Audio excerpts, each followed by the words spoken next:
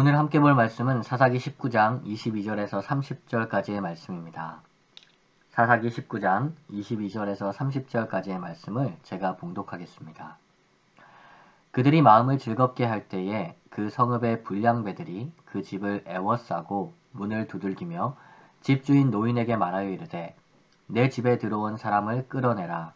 우리가 그와 관계하리라 하니 집주인 그 사람이 그들에게로 나와서 이르되 아니라 내 형제들아 청하노니 이 같은 악행을 저지르지 말라. 이 사람이 내 집에 들어왔으니 이런 망령된 일을 행하지 말라. 보라, 여기 내 처녀딸과 이 사람의 첩이 있은즉 내가 그들을 끌어내리니 너희가 그들을 욕보이든지 너희 눈에 좋을 대로 행하되 오직 이 사람에게는 이런 망령된 일을 행하지 말라 하나 무리가 듣지 아니하므로 그 사람이 자기 첩을 붙잡아 그들에게 밖으로 끌어내매 그들이 그 여자와 관계하였고 밤새도록 그 여자를 능욕하다가 새벽 미명에 놓은지라. 동틀 때에 여인이 자기의 주인이 있는 그 사람의 집 문에 이르러 엎드려져 발길까지 거기 엎드려져 있더라.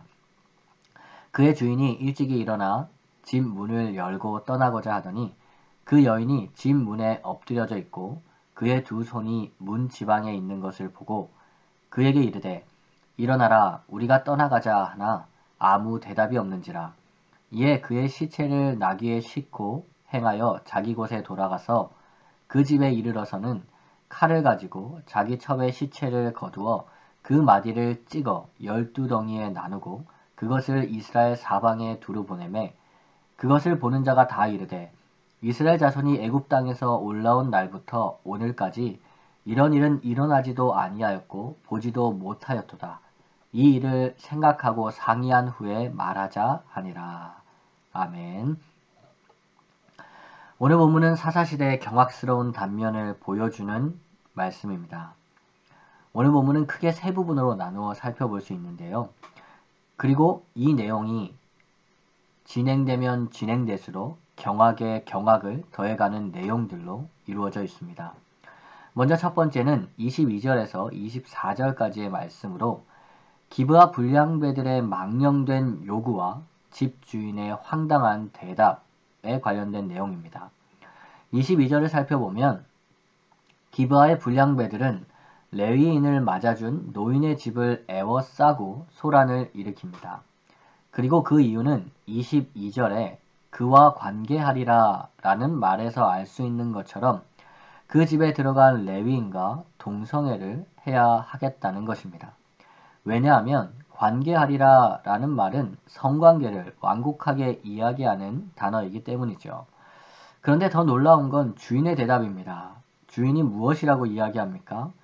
자신의 처녀인 딸과 레위인의 첩을 주겠으니 레위인은 그냥 두라 라는 것입니다.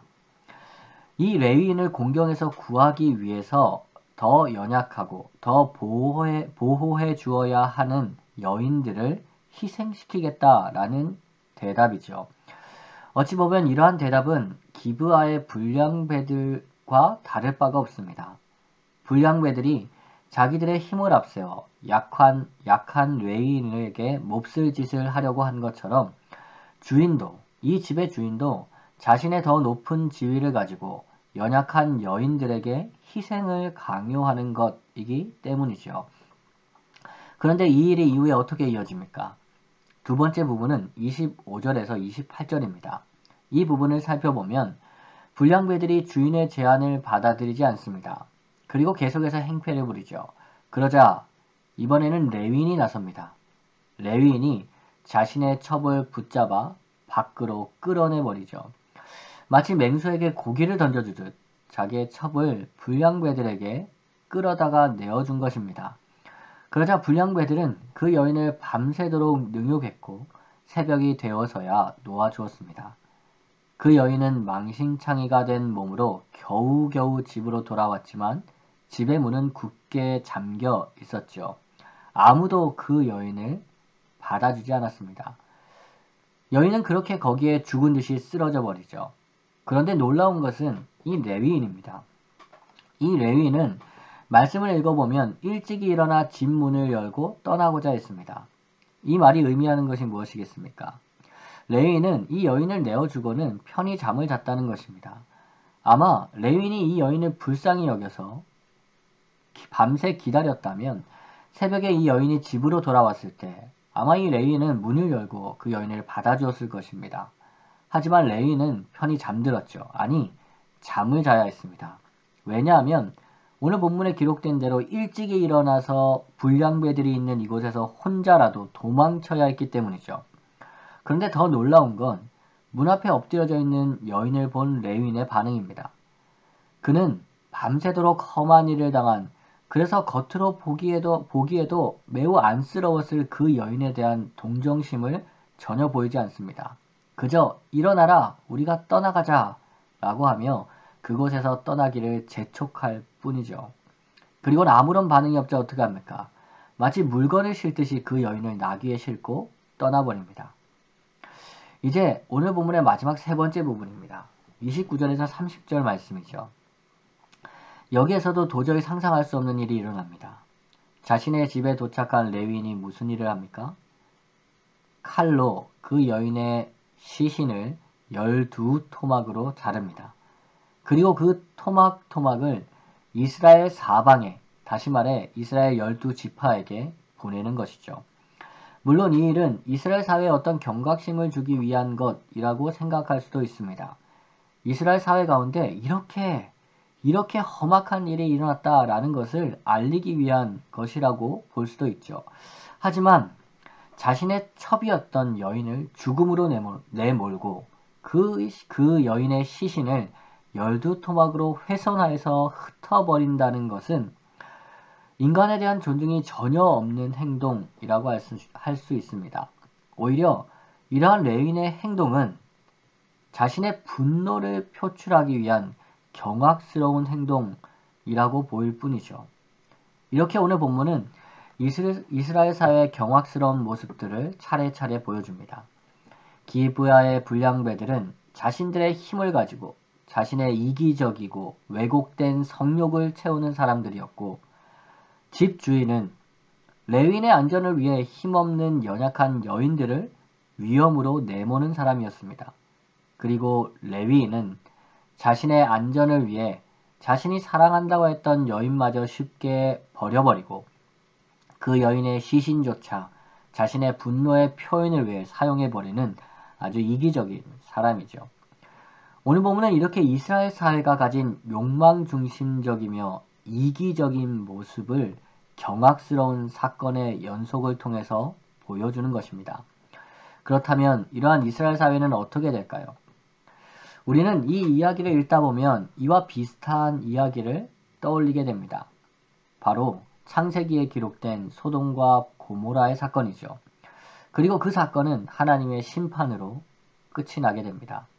욕망만이 가득한 사회, 자신의 유익만을 추구하는 이기적인 사회의 끝은 결국 하나님의 심판이라는 것이죠. 그렇게 이 사사기에 이어지는 이야기는 서로가 서로를 죽이는 이야기로 끝을 맺게 되는 것입니다. 사랑하는 성도 여러분, 이 사사기의 이야기는 우리에게 명백한 반면교사의 역할을 하고 있습니다.